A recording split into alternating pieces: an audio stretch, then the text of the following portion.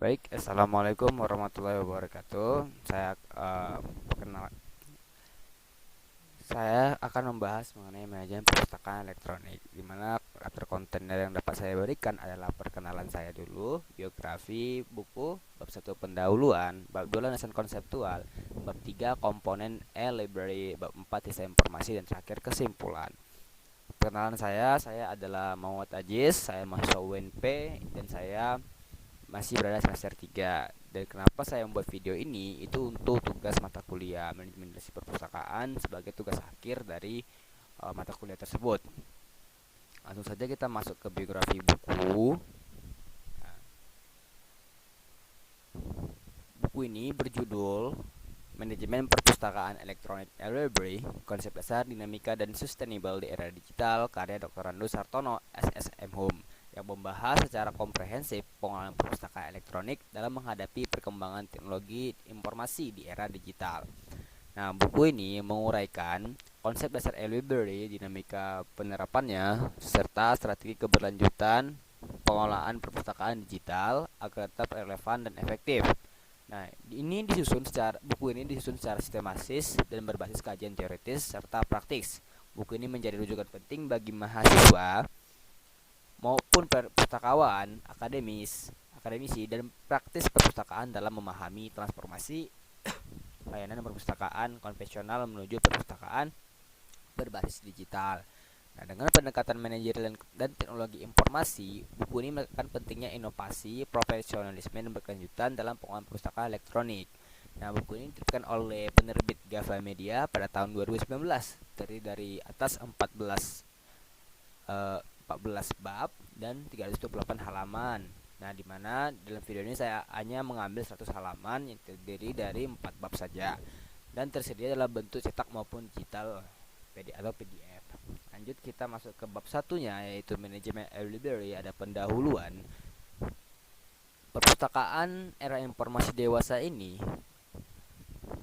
perpustakaan berada pada titik perubahan yang sangat signifikan. Nah, dalam sejarahnya, perpustakaan selalu memegang peran penting sebagai lembaga informasi yang mendukung ilmu pengetahuan dan teknologi, yang mendukung proses pendidikan, penelitian, dan pengembangan pengetahuan. Namun, perkembangan ilmu pengetahuan dan teknologi informasi, khususnya pada era revolusi industri 4.0, telah mengubah cara manusia memproduksi, menyimpan, mengolah, dan mengakses informasi. Nah, oleh karena itu, pembahasan mengenai manajemen perpustakaan elektronik atau e-library menjadi sangat relevan untuk memahami bagaimana perpustakaan bertransformasi agar tetap eksis dan berdaya guna dalam ekosistem digital. Nah, kita masuk ke latar belakangnya. Yang pertama yaitu uh, perpustakaan menjaga kehidupan bangsa. Nah, perpustakaan sejak awal diposisikan sebagai lembaga yang mengemban tugas mulia dalam mencerdaskan kehidupan bangsa, sebagaimana diamanatkan dalam pembukaan Undang-Undang Dasar 1945. Nah, perpustakaan berfungsi sebagai wahana pembelajaran sepanjang hayat yang bertujuan mengembangkan potensi masyarakat agar menjadi manusia yang berilmu, cakap, kreatif, dan bertanggung jawab.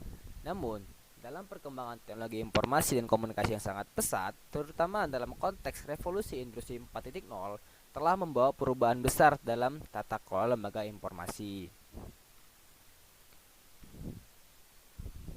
Revolusi industri 4.0 ditandai dengan integrasi antara teknologi, otomatisasi, sistem cyber physics, Internet of Things, ada IoT, komputasi awan, dan komputasi kognitif.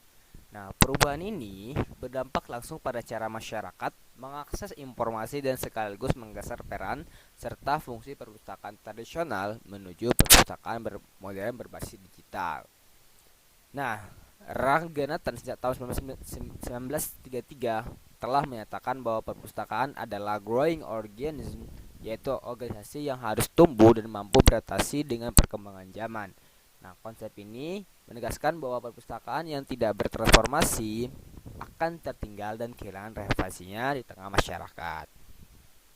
Masuk ke poin ketiga, transformasi perpustakaan, di mana Transformasi perpustakaan dalam era informasi ditandai oleh perubahan yang sangat mendasar dari segi koleksi, layanan maupun sumber daya manusia.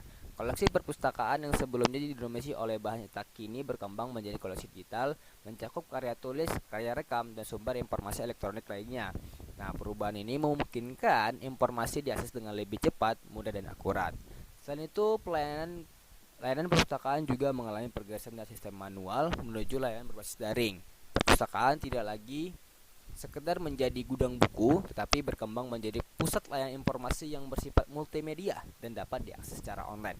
Nah, sejalan dengan perubahan tersebut, peran pustakawan pun ikut berubah. Nah, pustakawan yang dahulu dikenal sebagai bookkeeper atau penjaga buku, kini berevolusi menjadi information provider yang bertugas membantu pemustaka menelusur, memilih, dan memanfaatkan informasi secara efektif.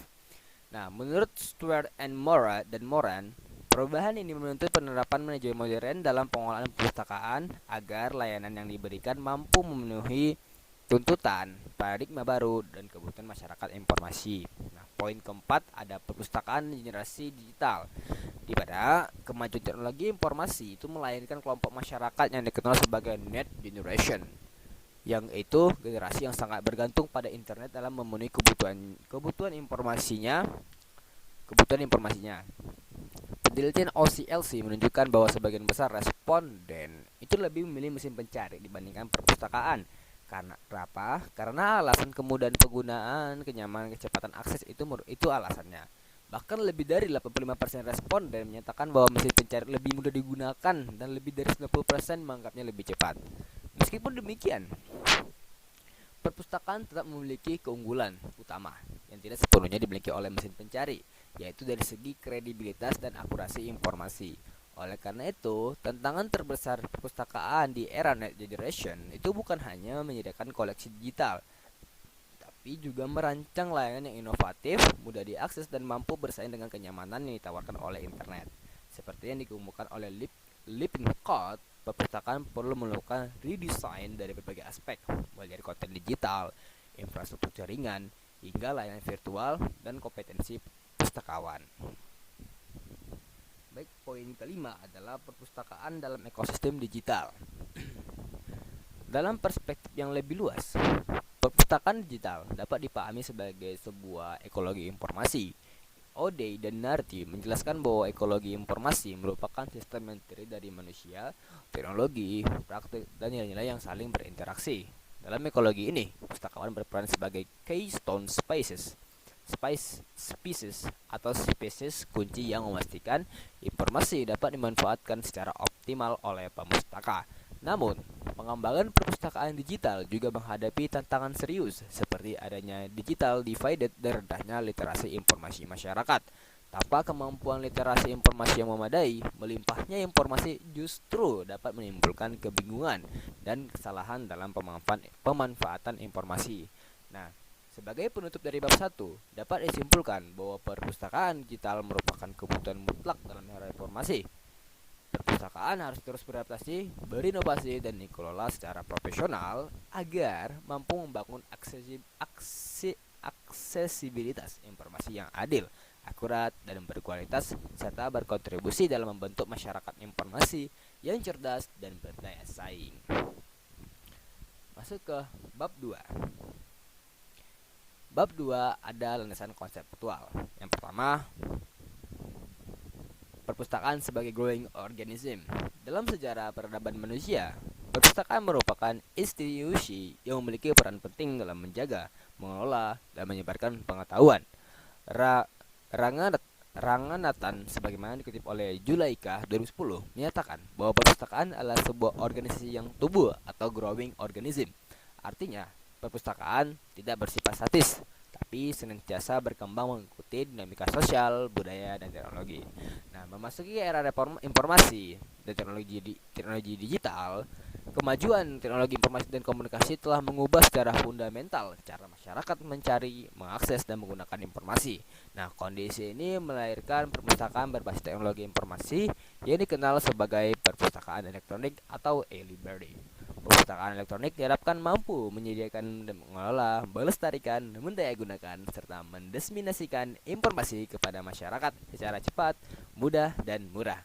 Dengan demikian, pengembangan perpustakaan elektronik bukan sekedar pilihan, melainkan tuntutan masyarakat sekaligus kebutuhan zaman. Nah, poin kedua dari bab 2 adalah konsep dan definisi perpustakaan elektronik. Pengertian perpustakaan terus mengalami perkembangan seiring perubahan zaman dan teknologi. Istilah perpustakaan berasal dari kata libre yang berarti buku atau pustaka. Namun, kini perpustakaan tidak lagi terbatas pada koleksi tercetak. Sulistiyo Basuki 1991 mendefinisikan perpustakaan sebagai ruang atau gedung yang digunakan untuk menyimpan koleksi yang disusun secara sistematis untuk dimanfaatkan pembaca. IFLA kemudian memperluas divisi tersebut dengan memasukkan bahan yang cetak dan sumber informasi berbasis komputer. Nah, dalam Undang-Undang Nomor 43 Tahun 2007, perpustakaan didefinisikan sebagai institusi pengolah karya tulis, cetak, dan rekam secara profesional untuk memenuhi kebutuhan pendidikan, penelitian, pelestarian, informasi, dan rekreasi pemustaka. Berdasarkan definisi tersebut, perpustakaan elektronik dapat dipahami sebagai perpustakaan yang sebagian atau seluruh koleksinya berbentuk digital dan dapat diakses melalui jaringan komputer, baik secara offline maupun online. Perbedaannya dengan perpustakaan konvensional terletak pada bentuk koleksi, sistem pengolahan, serta cara layanan informasi diberikan pada pengguna. Masuk ke poin ketiga dari bab 2, yaitu definisi perpustakaan digital menurut para ahli. Yang pertama ada ahli ARMS dan dalam Sulistiyo Basuki 2003 menyatakan bahwa perpustakaan digital adalah kumpulan informasi yang dikelola secara profesional, disimpan dalam format digital dan dapat diakses melalui jaringan. Penekanan utama dalam definisi ini adalah bahwa informasi tersebut dikelola atau managed. Yang kedua ada Digital Library Federation, memandang perpustakaan digital sebagai organisasi yang menyediakan sumber daya, staf khusus, serta layanan untuk memilih, mengelola, melestarikan, dan mendistribusikan karya digital agar dapat dimanfaatkan secara berkelanjutan oleh komunitas pengguna. Yang terakhir ada Griffin menambahkan bahwa perpustakaan digital merupakan koleksi data multimedia berskala besar yang terorganisasi dengan sistem manajemen informasi. Nah, sementara itu Romi Satriawohono menegaskan bahwa perpustakaan digital menyimpan data dalam bentuk file modern seperti teks, gambar, dan suara yang didistribusikan melalui jaringan komputer. Nah, dari berbagai definisi tersebut dapat disimpulkan bahwa esensi perpustakaan digital tetap sama dengan perpustakaan biasa, namun menggunakan media dan prosedur kerja berbasis teknologi digital.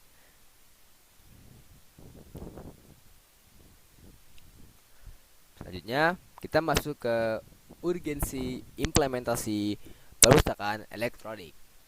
Pengembangan perpustakaan elektronik menjadi sangat penting karena perpustakaan konvensional memiliki berbagai keterbatasan seperti akses tunggal, keterbatasan ruang, serta proses layanan yang kompleks. Saleh 2014 menjelaskan bahwa perpustakaan digital mampu mengatasi keterbatasan tersebut melalui akses ganda, pencarian informasi yang lebih luas, serta otomatisasi layanan.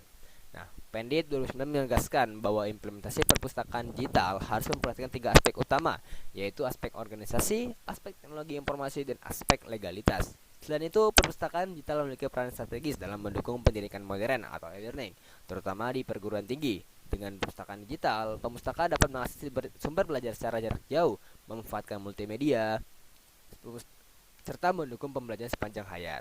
Oleh karena itu, perpustakaan elektronik merupakan pilar penting dalam membangun masyarakat informasi cerdas dan berdaya saing.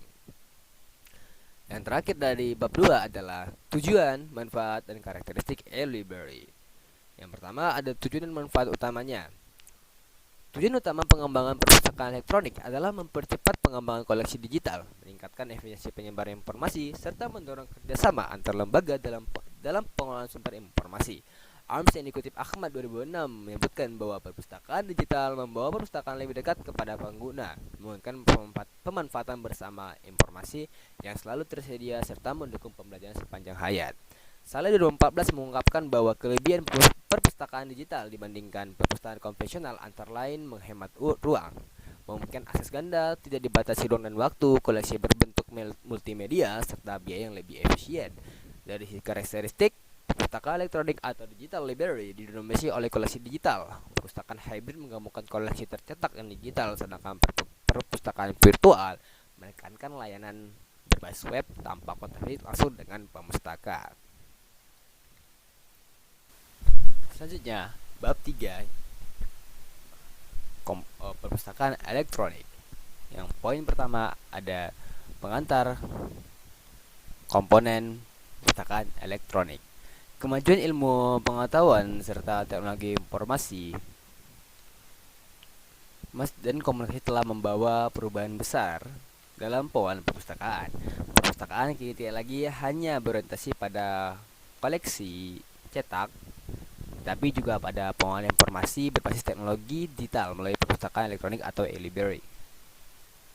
Dalam pembangunan perpustakaan elektronik, terdapat beberapa komponen utama yang saling berkaitan, yaitu manajemen, sumber daya manusia, teknologi, dan informasi. Keempat komponen ini harus berkelola secara terpadu agar perpustakaan digital dapat berjalan efektif dan berkelanjutan. Selain itu, ketersediaan sumber daya seperti dana, infrastruktur tenaga profesional menjadi faktor penentu keberhasilan. Sebagaimana dikemukakan oleh Eka Kusmayadi, perpustakaan digital hanya dapat berjalan optimal apabila seluruh komponen tersebut direncanakan dan dikelola secara terpadu. Nah, kedua, komponen manajemen dan anggaran. Komponen manajemen, khususnya pengelolaan anggaran, merupakan fondasi awal dalam pembangunan perpustakaan elektronik. Anggaran berfungsi sebagai alat perencanaan sekaligus alat pengendalian kegiatan perpustakaan. Perencanaan anggaran yang baik akan mendukung pencapaian kinerja organisasi secara optimal. Menurut Suparmoko, anggaran memiliki keterkaitan yang erat dengan kinerja. Apabila perencanaan anggaran tidak disusun secara matang, maka tujuan organisasi akan sulit tercapai. Beberapa kendala yang sering muncul antara lain keterbatasan dana, lemah sistem pembukuan, serta kurangnya keterkaitan antara kebijakan dan penganggaran. Oleh karena itu, penentuan skala prioritas sangat penting, termasuk penerapan pembangunan perpustakaan elektronik secara bertahap sesuai kemampuan lembaga.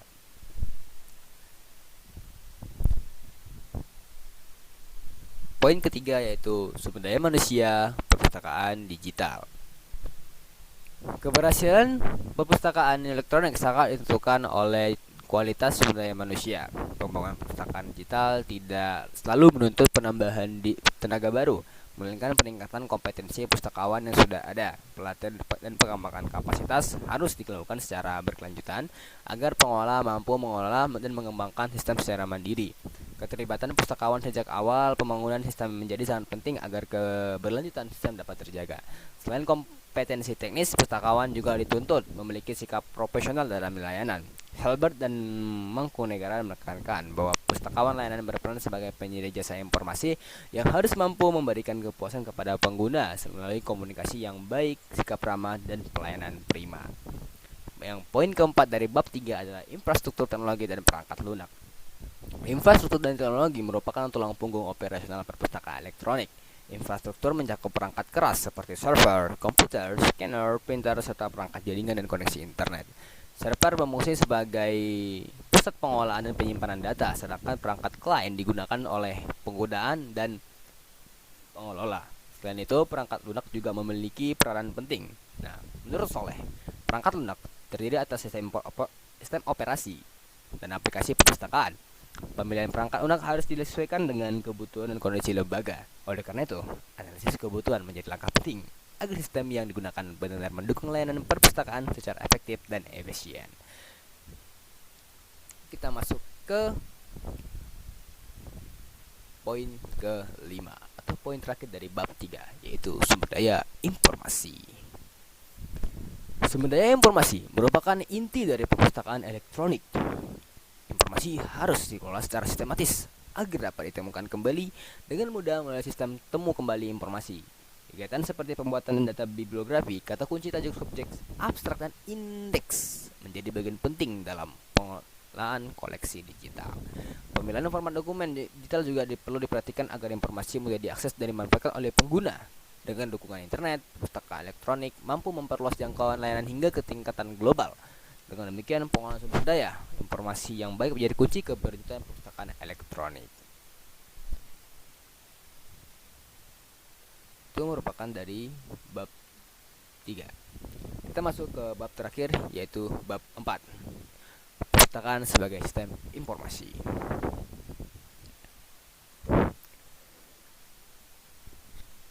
Perpustakaan pada hakikatnya merupakan lembaga informasi yang berfungsi menyimpan, mengolah, dan mendistribusikan informasi. Agar informasi dapat dimanfaatkan secara optimal, koleksi perpustakaan harus diolah dan diatur secara sistematis.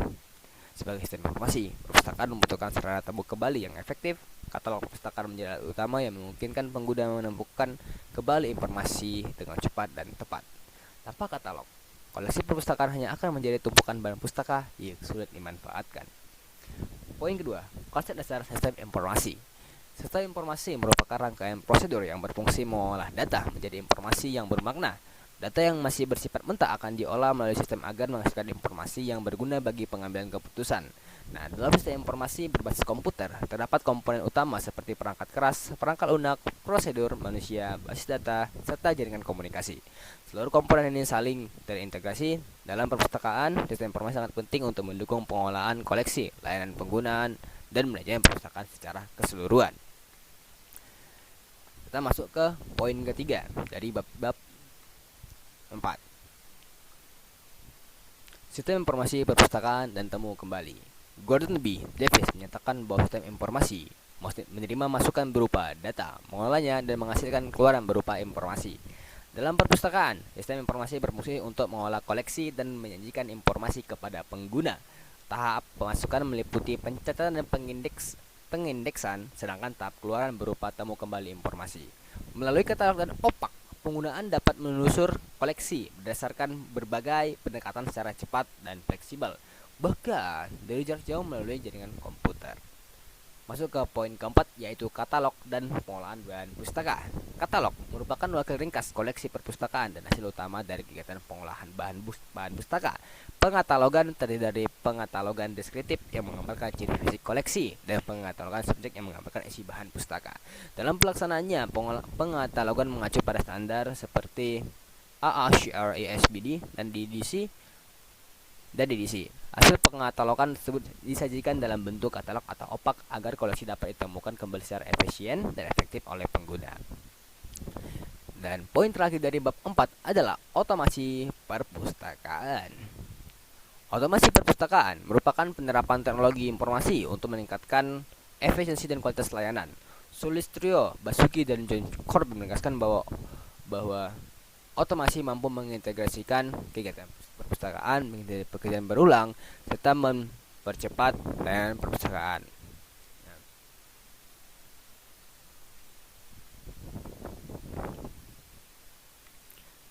Sebagai kesimpulan dari pembahasan dari 4 bab tersebut, dapat saya simpulkan sebagai sebagai kesimpulan seluruh pembahasan dapat ditegaskan bahwa perpustakaan merupakan lembaga strategis yang berperan penting dalam mencerdaskan kehidupan bangsa melalui penyediaan, pengolahan, dan pendistribusian informasi seiring dengan perkembangan ilmu pengetahuan dan teknologi informasi.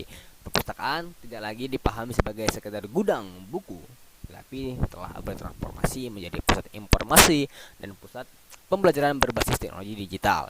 Dalam era informasi dan revolusi industri 4.0, kehadiran perpustakaan elektronik atau e-library menjadi sebuah keniscayaan. Perubahan perilaku masyarakat, khususnya bagi generasi net yang mengutamakan kecepatan, kemudahan, dan aksesibilitas informasi, menuntut perpustakaan untuk beradaptasi melalui pemanfaatan teknologi informasi dan komunikasi. Transformasi ini mencakup perubahan koleksi dari cetak ke digital, perubahan layanan dan pasif menjadi proaktif, serta perubahan paradigma pengolahan perpustakaan dari tradisional menuju modern dan berbasis pengguna. Nah, selain itu, sistem informasi perpustakaan merupakan fondasi utama dalam mendukung transformasi tersebut. Melalui sistem informasi yang terintegrasi, perpustakaan mampu mengolah data menjadi informasi yang bermakna, menjadikan sarana temu kembali informasi yang efektif melalui katalog dan opak, serta meningkatkan efisiensi kerja melalui penerapan otomasi perpustakaan. Proses pengolahan bahan peserta mulai dari inventarisasi, katalogisasi, klasifikasi, hingga layanan sirkulasi menjadi lebih cepat, akurat, dan terstandar. Nah, mungkin sekian saja dari video untuk penjelasan dari 4 bab dari buku yang saya telah baca. Apabila ada kesalahan kata, saya minta maaf dan see you next tomorrow. Bye-bye.